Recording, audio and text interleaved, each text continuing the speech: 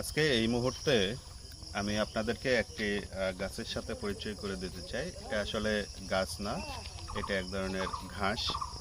এটা আমাদের কৃষিক্ষেত্রে অত্যন্ত ক্ষতিকর একটি ঘাস। এটার নাম হচ্ছে পার্থেনিয়াম উইড।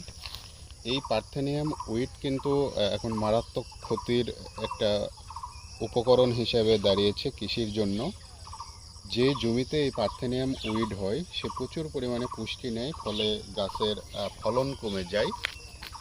এই গাছটা এক ধরনের কেমিক্যাল নিঃসৃত করে, যেটা অন্য ফসলের ওপর অ্যালিলোপ্যাথিক ইফেক্ট করে, ফলে তার বৃদ্ধি কমে যায় এবং ক্ষতিগ্রস্ত হয়।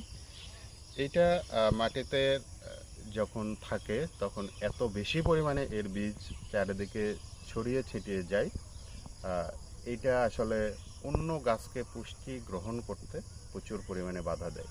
শুধু গাছের ক্ষেত্রে নয়, এই যে আমরা যে উইডটা দেখছি, এটা যদি কন্টিনিউয়াস আপনার ত্বকে বাড়ি খায় বা কোনো হাঁস মুরগির ত্বকে বাড়ি খায়, এটা কিন্তু ত্বকের অ্যালার্জি বা ক্ষত সৃষ্টি করার জন্য কিন্তু এই গাছটা অনেকাংশে দায়ী।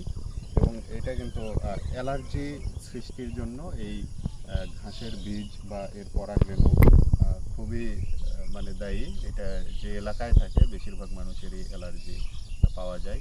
আমরা যদি পশু পাখির ক্ষেত্রে চিন্তা করি, বিশেষ করে গরু ঘাস খেতে পছন্দ করে।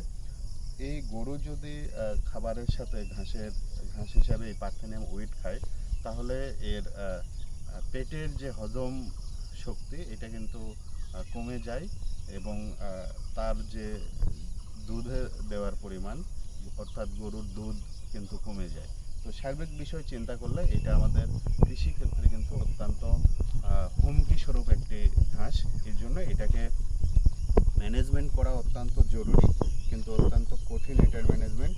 তো কৃষক ভাইরা, আপনারা যাদের জমিতে এই পার্থেনিয়াম উইড এখন পর্যন্ত দেখা গেছে, এটাকে যখন আপনি ব্যবস্থাপনা নেবেন, নাক মুখ বেঁধে এটার ব্যবস্থাপনা করবেন, তাতে আপনি নিজে সুস্থ থাকবেন।